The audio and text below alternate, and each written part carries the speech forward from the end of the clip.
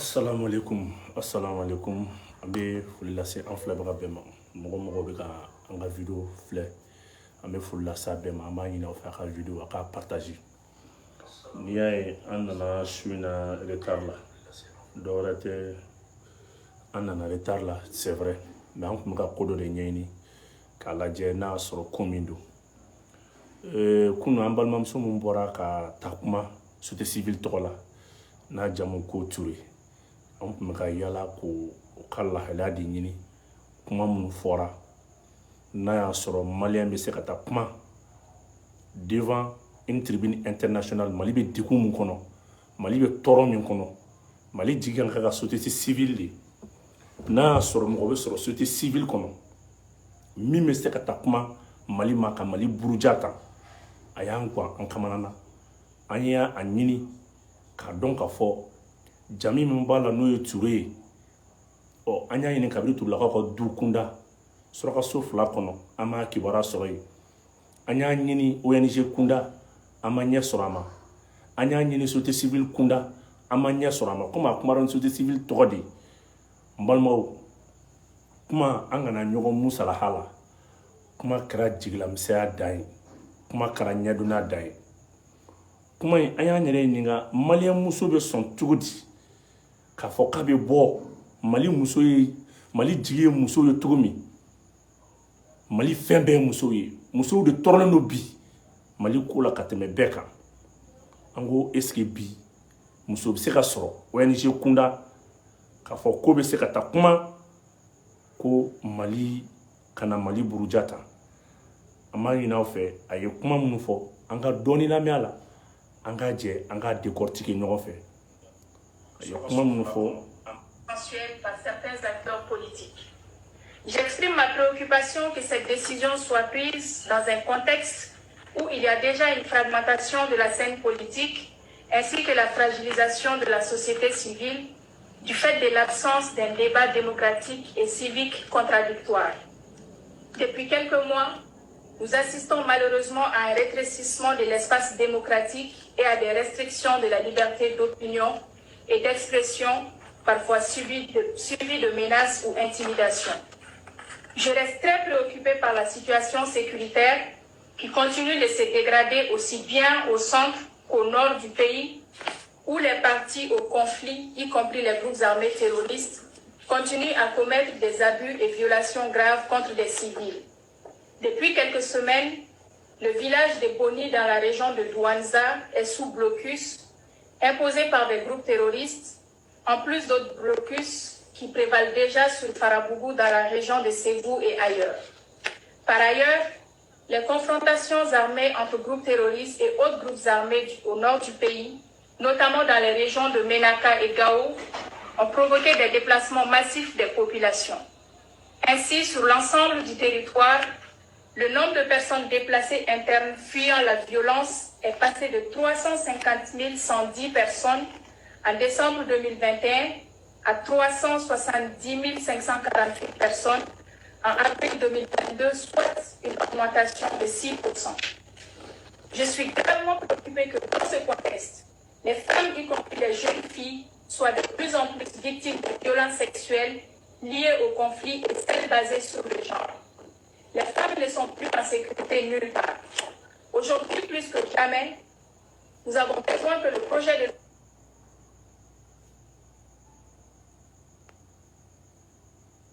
et ont marché le 3 juin 2022 pour demander aux autorités de la transition de prendre au sérieux la question des droits des femmes. Je suis également préoccupée par la fermeture d'au moins 1632 écoles dans le nord et le centre du pays depuis. Les champs sécuritaires se stabilisent grâce aux différentes opérations militaires des FAMA et à l'achat des équipements militaires. Nous ignorons le montant alloué à l'achat de ces matériels. Il ne faudrait pas que l'augmentation du budget de la défense impacte sur les budgets d'autres secteurs capitaux comme l'éducation, la santé, l'accès à l'eau et à l'électricité, qui restent aussi très importants pour la survie des populations. Et je rappelle que c'est souvent le manque d'accès à ces services sociaux de base qui crée des conflits. S'il ne peut y avoir de paix sans développement. Balma Amadou, sujet là, on va développer du nom. Ablaye Diop kumara an y'o de fɔ Mali gouvernement bɛɛ komi Choguel taara fɔlɔ la a ko Choguel da ka farin nin zen Ablaye Diop taara a ko ye diplomate ye Ablaye Diop ko ni Choguel ka kuma a bɛɛ kelen ye Choguel ko a y'an bila en plein vol Ablaye Diop ko maa tɛ se ka fɛn wajibiya Mali kan min tɛ bɛn Mali ma ni ye nin discours in da ɲɔgɔn kɔrɔ n'i y'a ta bamanankan na a bɛɛ bɛ tali kɛ kelen na nin bɛɛ bɛ Mali ɲɛmɔgɔ ka hɔrɔnya an'u ka danbe yira nin bɛɛ b'a yira k'a fɔ Mali bɛ yɔrɔ min na ko bi Mali est déterminé k'i jɔ n'a yɛrɛ ye ni muso min bɔra ka kuma n'aw ɲɛ bɛ fini min b'a la a yɛrɛ bɛ cogo min n bɛ n kali fɛn min na o ye Ala ye Malien muso tɛ se ka taa kuma Nations Unies tribune kan fini min b'a la Malien muso tɛ sɔn ka taa kuma ta k'a sɔrɔ a kun lankolon don Malien dabintigiw a ye nin lajɛ muso min kumara ni société civile tɔgɔ ye n'aw ɲɛ b'a la tan ka kuma fɔ k'a nɔgɔya an y'a ɲini fan bɛɛ Malien muso tɛ kuma tan abada k'a bɛ t'i jɔ tribune ɲɛma n'a bɛ tubabu fini na a bɛ tubabu fini na mais n'a bɛ farafin fini na a bɛ mun sɔrɔ k'a kun na a ye taa recherche kɛ fan bɛɛ fɛ n m'a fɔ africain tɛ africain don nka ne ma sɔn a ka maliyɛnya ma kabiri kunu fo bi an ye ɲinini kɛ fan bɛɛ dɔnnikɛlaw bɛ yɔrɔ o yɔrɔ an y'u ɲini fan bɛɛ an ye société civile mɔgɔw ɲini k'u ɲininka aw ye mɔgɔ jɔn bila ka taa Mali tɔgɔ la n'o taara kuma ta olu ko k'u t'a dɔn an ye ɲininkali kɛ muso kunda an ye ɲininkali kɛ jamana ka société civile ka toutes les fêtières de la société civile an ye ɲininkali kɛ a bɛɛ la mais n'i y'an ka danbe ni tabiya ta k'a lajɛ a ye Mali musow n'a ministres bɛɛ ta k'a lajɛ hali journaliste minnu bɛ kuma ORTM na n'u bɛ fini don Nations Unies tribune kan i bɛ taa sɔrɔ au moins fulanin dɔ b'u kun na wa an ka musow tɛ bɔ ni fini façon ye très généralement kɔsa in na u bɛ se ka bɔ ni faso danfani ye walima u bɛ bɔ ni tubabu fini ye mais quand elle s'habille en tailleur comme ça i bɛ taa sɔrɔ u bɛ foulard don u kun na Malien musow kala ala la Malien musow bɛ musɔrɔ don u kun na toute la famille ba foyi tɛ Mali kɔnɔ an ma taa ɲininkali kɛ yɔrɔ min k'a dɔn jɔn de ye aw den bila ka taa nin jamu ɲumanba in bɛ nin tigi min na a ka taa Mali lankari a ko Mali bɛ ka taa i ka wari bɛ ta ka don kɛlɛkɛminɛ na ko kɛlɛkɛminɛ saya kana na taa fɔ ko kɛlɛkɛminɛ nin b'a la ka san ko Mali bɛ t'i jɔ ko n'a sɔrɔ fura tɛ yen ko dɔgɔtɔrɔso tɛ yen ko kɛnɛya tɛ yen ko kalan tɛ yen kalan ekɔliso 1000 ni kɔ o datugulen don maa min bolo don a jɔyɔrɔ la maa 350 ani dɔɔni o tun ye salon ye dɔw farala o kan k'o kɛ maa 40 ani dɔɔni ka dɔ fara o kan n balimaw a ka kuma bɛ lankari ni kɔkɔrili ta ka Ablaye Diop ka kuma sɛgɛrɛ an bɛ fɛ ka mun de fɔ ye video in na a k'a dɔn k'a fɔ a y'aw bolo jɔyɔrɔ min na MINUSMA ko la k'a dɔn k'a fɔ MINUSMA taara mɔgɔ de dilan k'o bila o ka taa kuma société civile tɔgɔ la ale ye rapport mun kɛ ka jo d'o ma muso ka kuma bɛɛ bɛ jo di MINUSMA ka rapport kelen ma kɔsa in na n'i ye MINUSMA ka rapport jateminɛ MINUSMA ka rapport yɛrɛ kɔ karila ni Faransi ambassadeur ka laɲini ye a y'a yira k'a fɔ tiɲɛ don MINUSMA ka mission fili b'a kɔnɔ gɛlɛya b'a kɔnɔ MINUSMA ka mission ma kɛ mission lakilennen ye nka a b'a ɲini Mali fɛ Mali k'a to MINUSMA ka mission ka renouveler ale bɛ appui di MINUSMA ma hali n'ale ma to Mali kɔnɔ ale b'i to dugu wɛrɛ la ka dɛmɛ ta k'a don MINUSMA ma nka MINUSMA yɛrɛ rapport min kɛ kɔsa in na n'a b'a fɔ ko Mali faamaw ti dɔwɛrɛ ɲa juguya kɔ ni juguya wale kɔ karogɛlɛya diinɛ kɔ muso in ka kuma b'o o de dafa k'a yira k'a fɔ ko droit musow yɛrɛ bɛ violer maintenant la violence basée sur les genres maaw ka hakɛ bonyalen tɛ maa tɛ se ka kuma transition in bolo maa tɛ se ka foyi foyi fɔ maaw bagabagara maaw siranna o de y'a kɛ bɛɛ kelen bɛ k'i maaw ka transition in to yen k'a fɔ k'a ka ɲi k'a sɔrɔ a man ɲi n'o tɛ bi n'i ye maliyɛnw ɲininka maliyɛnw yɛrɛ bolo k'a fɔ ko transition in k'a man ɲi an bɛ se k'a dɔn nin na Nations Unies ka représentant min bɛ Mali la an b'a wele n'a nana ni Ala ye Ablaye Diop ɲuman sigi an bɛ fɛ Ablaye Diop k'a wele k'a ɲininka a ye nin choisi ni critère jumɛn ye est-ce que Nations Unies mɔgɔ dɔ bɛ se ka taa société civile élément dɔ choisi alors que société civile bureau national ba bɛ yen les fêtières de la société civile des organisations de la société civile olu bɛ yen an ka diinɛtigiw bɛ yen an ka tabiyatigiw bɛ yen an ka laadatigiw bɛ yen an ka CNJ bɛ yen an ka kafo musow bɛ yen muso ka taa kuma Mali tɔgɔ la ninnu si to muso min dɔn a y'a dɔn France tɛ kɛ Mali fɛ fo ka diɲɛ wuli France bɛ Mali soutenir mais à chaque occasion n'a y'a sɔrɔ a bɛ Mali mangoya a bɛ Mali buruja ni prévu de Ablaye Diop ye kuma min fɔ son opposition ferme au renouvellement du mandat de Barkhane k'a fɔ Barkhane tiɲɛ don MINUSMA bɛ se ka an bɛ se k'an sigi k'an hakili jabɔ MINUSMA na mais Barkhane fo ka diɲɛ wuli Barkhane ko kɔni banna a y'a dɔn k'a fɔ ko Mali faamaw jo don k'i bolo bɔ Faransi bolo nin ye muso dɔ de labɛnnen ye min y'a u yɛrɛ ka mɔgɔ ye i bɛ taa sɔrɔ ONG dɔ b'o bolo olu de b'o financer o muso bɛ t'i sigi ka Mali kumakan bɛɛ kɛ kumakan fu ye Mali faamaw bɛ ka kuma min fɔ tiɲɛ tɛ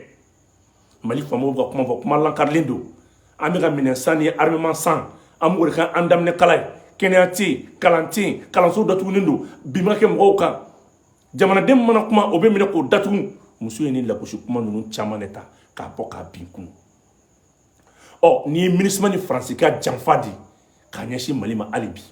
u ye nin kɛ kuma min na u tun bɛ fɛ assemblée maaw k'a fɔ Ablaye Diop e bɔra ka kuma min fɔ muso dɔ sɔrɔlen filɛ nin ye maliyɛn ye min bɔra k'a jira k'a fɔ e bɛ ka kuma minnu fɔ kuma kɔkarilenw don e bɛ ka kuma minnu fɔ kuma basigilenw tɛ e bɔra k'a fɔ sisan k'a yɛrɛ k'a fɔ lakana de ye Mali faamaw ka hakilisigi ye lakana de ye Mali faamaw ka miiri ye ale ni malidenw mago bɛ min na bi u ka se ka mɔgɔ choisir yɛrɛ nka ja aw bɛ ka daga de sigi maliyɛnw da la société civile mɔgɔ dɔ bɔra k'a fɔ mais ala y'a kɛ discussion gɛlɛyara assemblée la puissance fɛn fɛn tun bɛ yen bɛɛ y'a jira k'a fɔ Mali problème bɛ lakanabaliya de bolo Mali problème tɛ élection ye n balimaw a y'a dɔn k'a fɔ ko MINUSMA ka toli yan hali ni MINUSMA ye san kelen sɔrɔ yan MINUSMA bɛ Mali tɔ dafiri de MINUSMA tɛ Mali la taa ɲɛ fo ka diɲɛ wuli nin ye prévu de k'a jira aw la maa min bɛ se ka taa mɔgɔ ta mɔgɔ min bɔra dɔnnen tɛ mɔgɔ min ka barikada dɔnnen tɛ mɔgɔ min tɛ fɛn dɔn Mali la a tɛ Mali danbe dɔn a tɛ Mali tabiya dɔn a tɛ Mali foyi foyi dɔn o ka t'i sigi a kunnawolo ka kuma Mali musow tɔgɔ la muso minnu furulen don muso minnu cɛla don muso minnu ye denw ladon nin bɛ se ka taa kuma Mali société civile tɔgɔ la cogo di Ousmane Chérif Madani Aïdara au conseil président an b'i wele nin yɔrɔ la CNJ président an b'i interpellé nin yɔrɔ la k'a fɔ présidenti an b'i interpellé nin yɔrɔ la aw ka a essayer Nations Unies bureau min bɛ Bamakɔ yan a k'a ɲininka muso in taara critère jumɛn na n'aw ma ɲininkali kɛ o kɔrɔ aw yɛrɛ ye complice ye bari sabula ni mɔgɔ taara kuma aw danbetigiw tɔgɔ la mɔgɔ taara kuma aw musobaw tɔgɔ la maliyɛnw n'an ma transition in dɛmɛ k'a bɔ gɛlɛya bolo Nations Unies ka nin kuma minnu filɛ nin ye nin bɛ kɛ sababu ye ka jo di muso ma ne bolo nin kuma mɛnlen kunu société civile a coordination président ba n'a mana kɛ mɔgɔ mɔgɔ ye maliyɛnw a y'a ɲini a fɛ k'a ka bɔ a ka kuma a k'a yira k'a fɔ ale dɔnyɔrɔ foyi tɛ nin muso in na muso min taara kuma n'ale ma kuma nin ye lagosi de ye anw maliyɛnw ma ala kana Mali muso ɲɛnamaw ban ala kana Mali muso danbetigiw ban ala kana Mali muso setigiw ban minnu bɛ bɔ ka bin na Koro musow Bangasi musow Mopti musow Nord musobaw Mali kunna kun gɛlɛya bɛ yɔrɔ minnu na olu ma se ka taa kuma nin bɛ taa kuma k'a jira k'a fɔ anw bɛ ka taa kuma fɛn fɛn fɔ an bɛ k'an dalaminɛ kala kɛ insécurité de n'o tɛ foyi ɲuman tɛ ne bɛ Mali société civile wele bi karamɔgɔ Aïdara n bɛ n jigi da i kan société civile yɛrɛ composante maa o maa bɛ yen a ye bɔ aw de kan ka se ka mɔnɛ bɔ maliyɛnw na bi aw de kan k'a jira k'a fɔ diɲɛmɔgɔ la k'a fɔ diɲɛmɔgɔ ye mɔgɔ dɔ de ta ka taa société civile tɔgɔ fɔ n'an ma nin ba ci ka kɛ nin y'a siɲɛ filanan de ye mɔgɔw bɛ taa kuma société civile tɔgɔ la an t'u dɔn an t'u bɔyɔrɔ dɔn an t'u nayɔrɔ dɔn n'aw m'aw farati don dɔ u bɛ tila ka armée wɛrɛ dilan Mali yɛrɛ armée tɔgɔ la ka tila ka Mali kɛlɛya aw kana aw sigi ka ko fitinin lajɛ ko fitinin de bɛ kɛ koba ye donc ni muso in seginna ka na ko maa ko musow violela ko mɔgɔ ma kuma ko droit de l'homme yɛrɛ bɛɛ fɛnnen don Mali justice kan ka a wele k'a ɲininka o violation kɛra yɔrɔ min na a k'a fɔ sariyatigiw ye olu ka taa constat k'a lajɛ n'a y'a sɔrɔ o tɛ fɛnɛ u k'a dɔn k'a fɔ u kan ka a ɲangi mais n bɛ n jigi da la coordination nationale de la société civile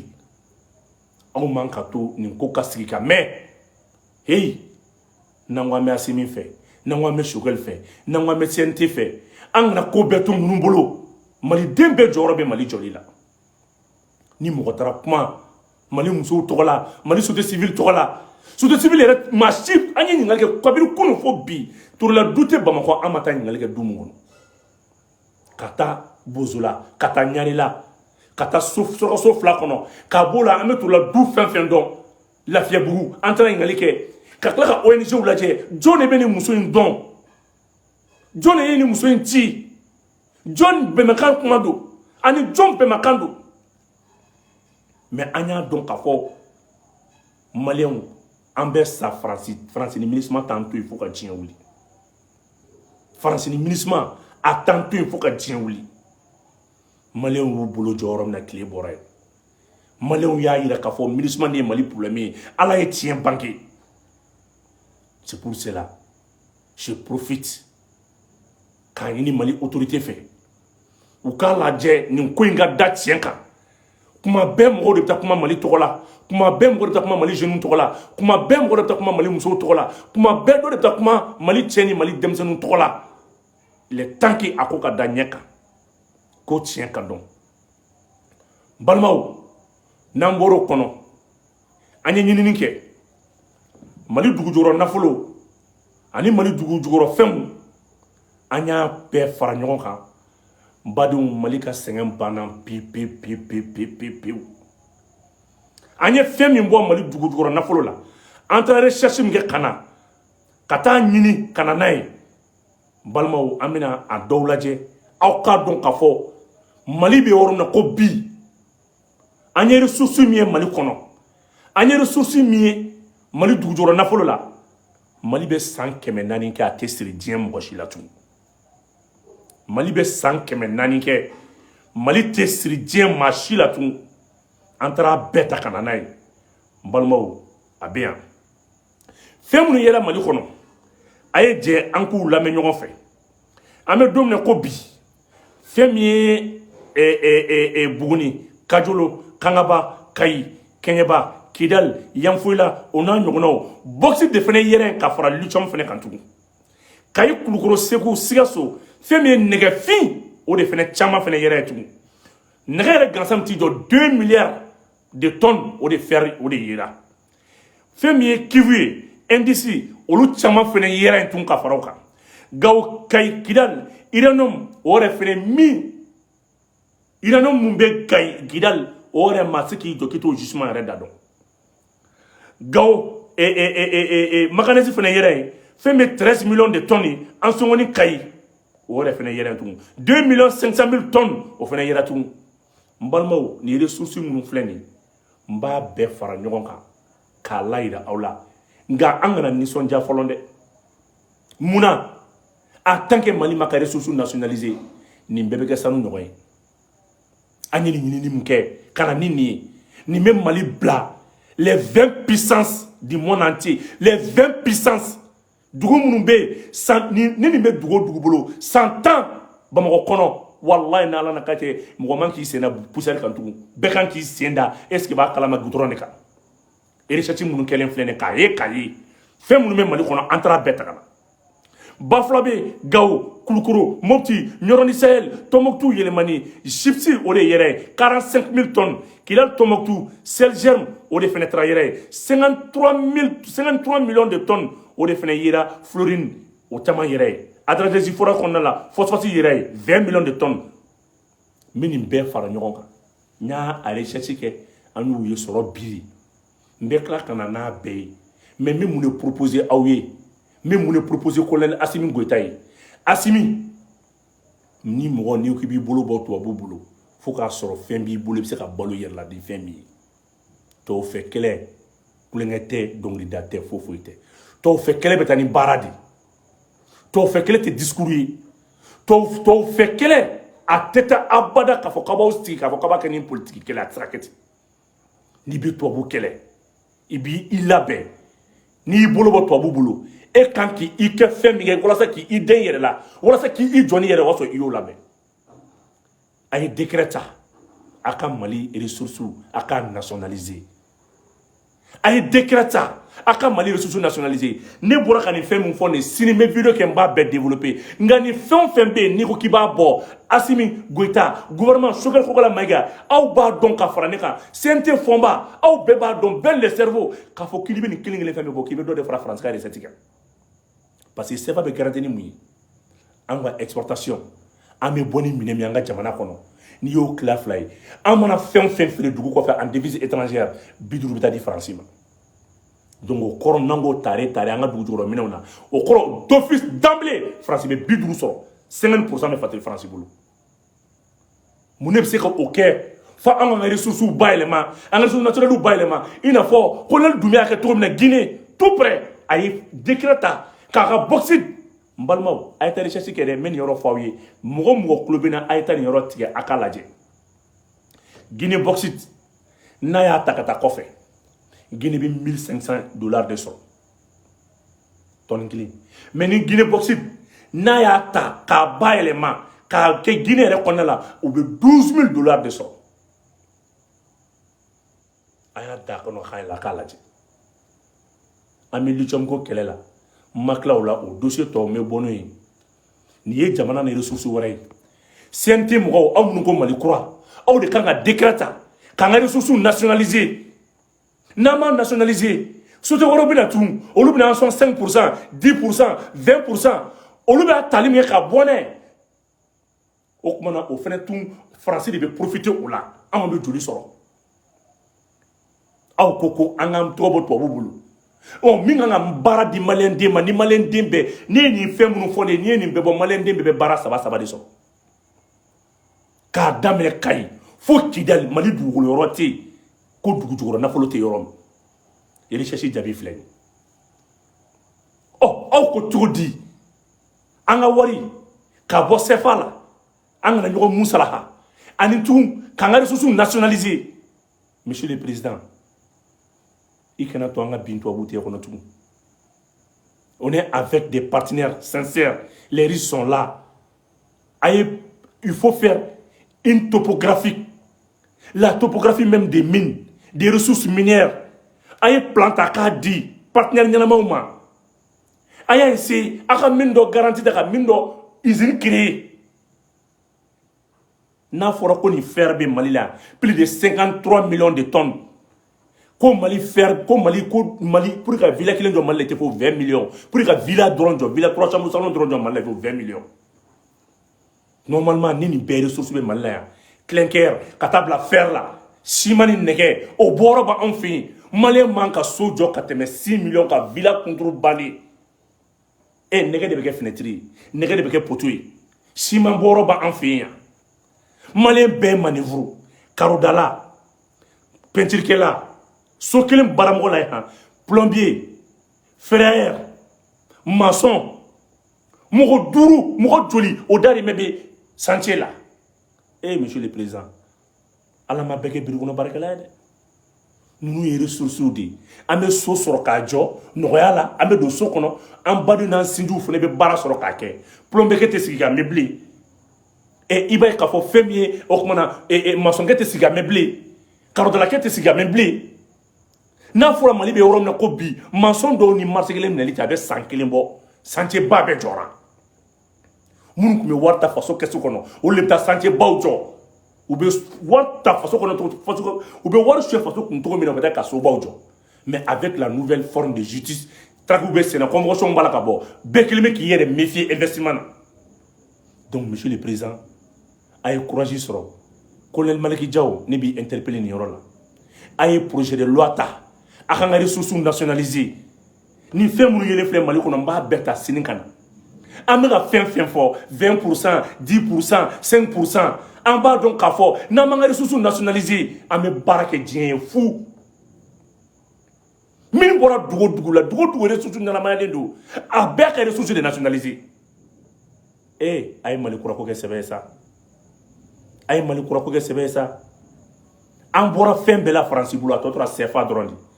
ani k'an ka ressources nationales n'an bɔra CFA la ne ko 50% devise min bɛ taa garantie Faransi trésor la n'o bɛ taa ka taa ka CFA compte ka CFA garantie an b'o sara jɔn ye 50% b'an ni jɔn cɛ a y'a lajɛ maliyɛnw bɛ yɔrɔ min na ko bi maliyɛnw kɔnɔma don maliyɛnw kɔngɔtɔ don maliyɛnw mago bɛ Mali kura la ni fɛn fɛn bɛ ka kɛ bi tɔɔrɔ fɛn bɛ ka kɛ an bɛ ka tɔɔrɔ fɛn fɛn muɲu an bɛ ka degun fɛn fɛn muɲu bɛɛ jigi b'a kan de sini wallahi ni ala cɛ nin bɛ se ka wolo hɛrɛ la mais an ka tiɲɛ fɔ ɲɔgɔn ye a tant que an ka minɛnw bɛ ka baara de tan a tant que an ka ressources bɛ ka baara de tan a tant que an ka a y'a lajɛ dɔrɔn ça fait plus de 33 ans sanu bɛ bɔ Kayi mara la a ye mun fɛn ɲuman jɔlen Kayi région kɔnɔ n'a ye bɔra kayi ka denw yɛrɛ la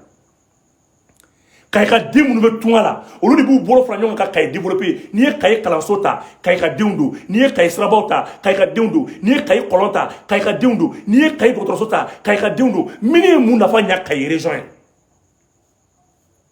minnu ye mun nafa ɲa kayi région ye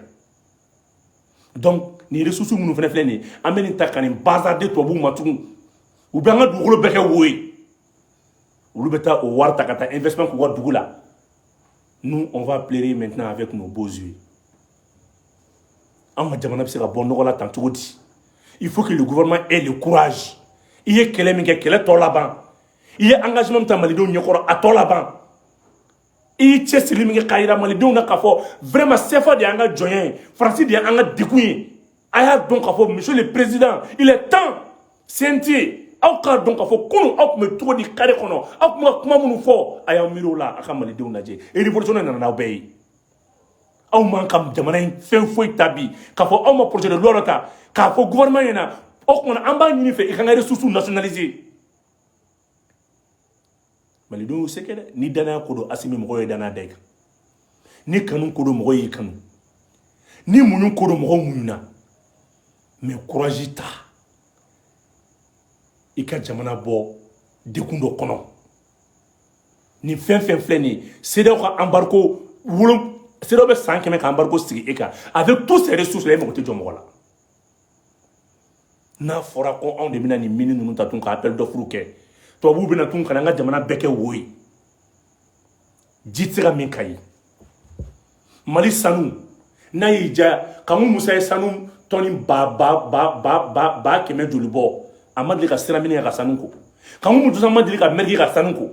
mais ni mɔgɔ ninnu bɛna tellement ko pression ka sanu bɔ k'a ko joona u b'an ka ji tiɲɛ ka tila ka taa sanu raffinerie bɛɛ kɛ Ghana ale ni Sud-Afrique anw de bɛ to ji nɔgɔ min na an denw bɛ jigin den kun 2 ni den kun 3 malformation bɛ kɛ an ka wolow la an ka baw bɛ tiɲɛ an ka dugu bɛ kɛ an ka jamana bɛ kɛ dingɛ ye tandis que olu bɛ ka investissement ɲɛnama k'u ka duguw la. Monsieur le Président, les Maliens sont très impatients. Et bien fait car il y a Mali bla niveau na ak ala kama ni mi bolo do encore nan segna avec ça mo de la révolution na tout mo shi Maliens be de kuna mais atri Maliens ma de guntu torobi mais on yebe Mali courant mina ali kuma kan discours mu bawda et que les ressources bɛɛ lajɛ mais tila ka nin bɛɛ ta n badenw k'a da aw ɲɛkɔrɔ k'a daminɛ fer bauxite nickel manganèse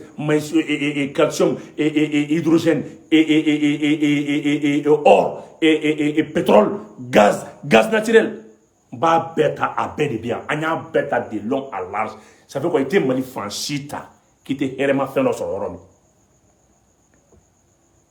donc Mali k'a lajɛ constitution bɛ ka réviser on va ta constitution modifiée. On va vers une 4e république. Aya do Mali constitution kono. Mali ressources beka nationalisées. C'est le moment, monsieur le président. On a la constitution révisée, on a la constitution modifiée, on a la constitution changée pour faire plaisir au mouvement armé. Car faut des accords donnés en fait, accords volontaires. Non, on a la ressources temps en main, à bras le corps. Il ne faut pas qu'on va quand ta constitution est révisée, ou bien quand ta constitution modifiée, ou bien ta constitution changée, qu'on passe au accord baissé. Aïe. Jamana tege tourne d'accord avec des contrats bidons. N'a fora malien de bédo na aïta, allez savoir le licenciement. Minou bra clé licenciement na sounin clé. Donc présent, France fait qu'elle est. Atani baratede. Quand faut quand même France qu'elle est. Quand même tambolo jantung delila. Ou bien meke dugu amanda katokata juruta. Banque mondiale tambolo blene. Mbo fina de présent. Ni ko kanga frère ka ambolo bon nazala bolo ko malika jom am ka discours mun kala Nations Unies na. No discours ye tien bara de be wajibi malien genouma. Daga suno ko tentu ne. Ni ya to bu bi ni fem beke resutu mbam fi ate to bu fi mais to be bara de ke. Ani to bu commandi a doko to be bara ke. Kafamanda, genou me qualité willa, barati, angare susu brata, warbe dun, a très flale, vos follow tomi. Asimi, nakera, Mouroma Malibla dengue kono edo de. Mouroma Malibla, confan kono edo de.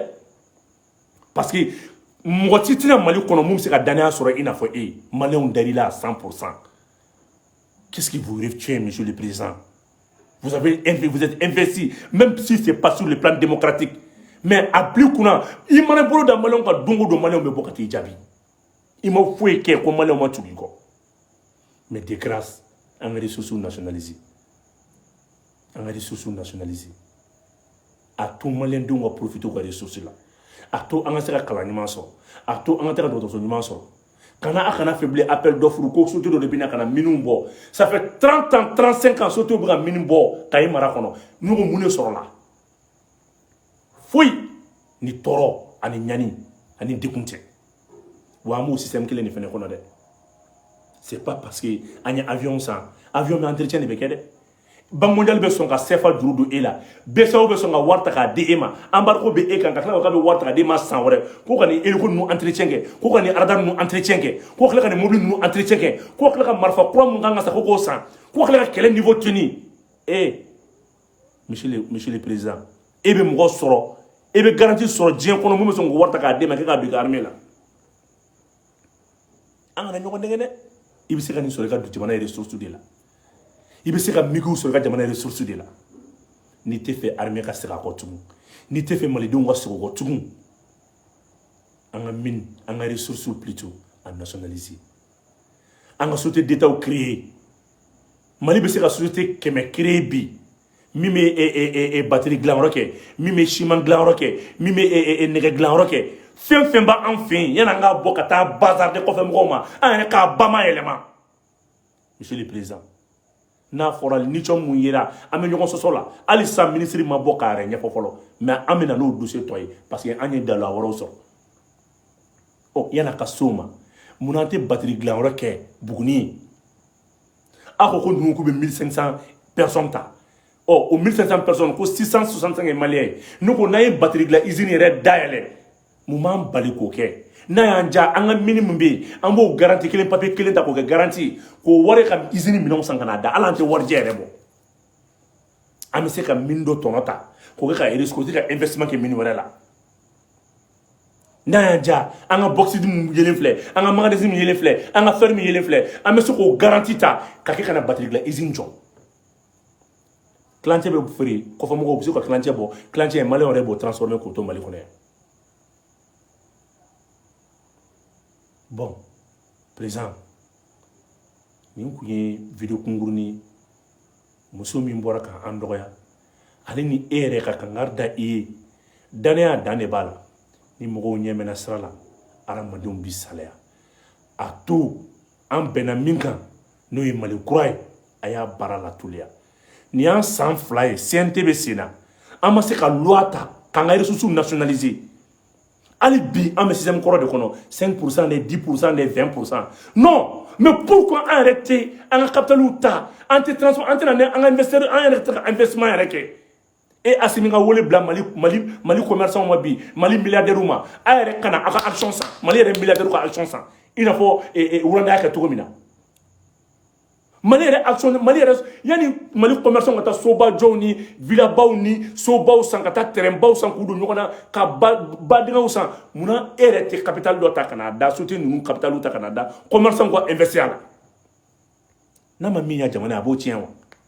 ni ay mo be ta warta ka dun so la ka joti ibe so do soro Mali kono 150 millions de dollars mais so nu dolen be plus de 10 ans 150 millions de dollars so là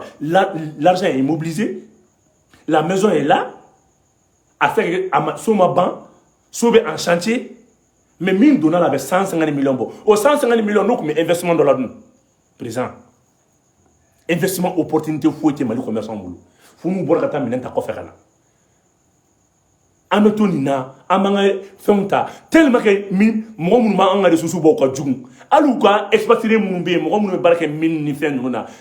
Ou quoi mon gars sera nous va diviser 30 quoi jamana divise de. Toi sera ne sait pas aider. Na sera misali mu nous va cadre bambé. Et toi sera ou va sera 10 000 euros, 12 000 euros. Ça veut a un peu de taxe là tirer ou un peu de bla ou ka jamana de ba un peu bénéficie. Au ITC impôt de traitement de salaire sur salaire et va kala maluka dugu de bo au bénéficier. Malais mu sera CFA là, Mali de bo au lota bénéficier.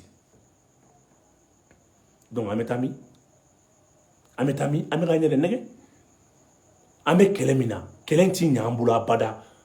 f'an ka k'an yɛrɛ ta ye an ye discours minnu kalan ONU na o tɛ sɔrɔ abada économiquement f'an ka se ka soutien kɛ an ni Russie bɛ ɲɔgɔn bolo Russie fana b'a dahirimɛ de ɲini koyi Russie fana mago bɛ an kana taa an ka contrat barade an k'a essayer Russie filɛ nin ko Gazprom bɛ yen wa sotigiw b'u bolo e ye dugu jumɛn ye min bɛ a fɔ k'a bɛ bɔ a yɛrɛ la ko sotigiw t'a bolo a yɛrɛ b'a ka fɛn bayɛlɛma donc an ka bɔ nin kuma ninnu na minnu b'a la k'a fɔ ko u ye fɛn kɛ CNT de bi nin gouvernement de k'i sigi u ka réfléchir u ka Mali ressources nationaliser nin 5% kuma minnu filɛ nin ye an ka bɔ ninnu kɔnɔ président an ka bɔ ɲɔgɔn ɲɛna kuma kɔnɔ bi fɛn min b'an bolo a bɛ se ka jamana in jɔ fo k'a s'a dan na mais n'an ma bɔ a kɔnɔ an ye effort fɛn fɛn kɛ ka coup d'état kɛ ka kɔnɔ munu ka minɔgɔ munu an bɛ tila ka na segin à la case de départ parce que tant qu'an bɛ CFA la on est lié à la France ça fait militairement an mana Faransi gɛn togo togo ka kuma bɛɛ fɔ Faransi ma an n'a bɛ taa ɲɔgɔn jɛ papier la n'o ye balo ye n'o ye dumuni ye n'o ye papier ye n'o ye CFA ye e tɛ se k'o bali an tɛ se k'o bali Maliyɛnw ka siniɲɛsigi bɛ tigɛ kɔnɔ Maliyɛnw kɔni u se ye danaya de Maliyɛnw ye danaya ta ka da i kan mɔgɔ tɛ se k'i dɔgɔya mɔgɔ ɲɛna mɔgɔ tɛ se ka kuma jugu f'i ma mɔgɔ tɛ se ka foyi fɔ ni Maliyɛn dɔ ma wuli k'a cɛsiri a kɛra réseau kɔnɔ ye o a kɛra vidéoman o a kɛra activiste o a kɛra journaliste o bɛɛ y'a se kɛ sira bɛɛ fɛ a tɔ b'aw yɛrɛ de bolo k'aw fo k'aw waleɲuman dɔn dan tɛ foli min na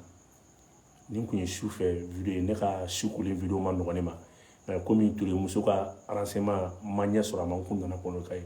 a k'an bɛn waati wɛrɛ k'a fɔ ma wa salam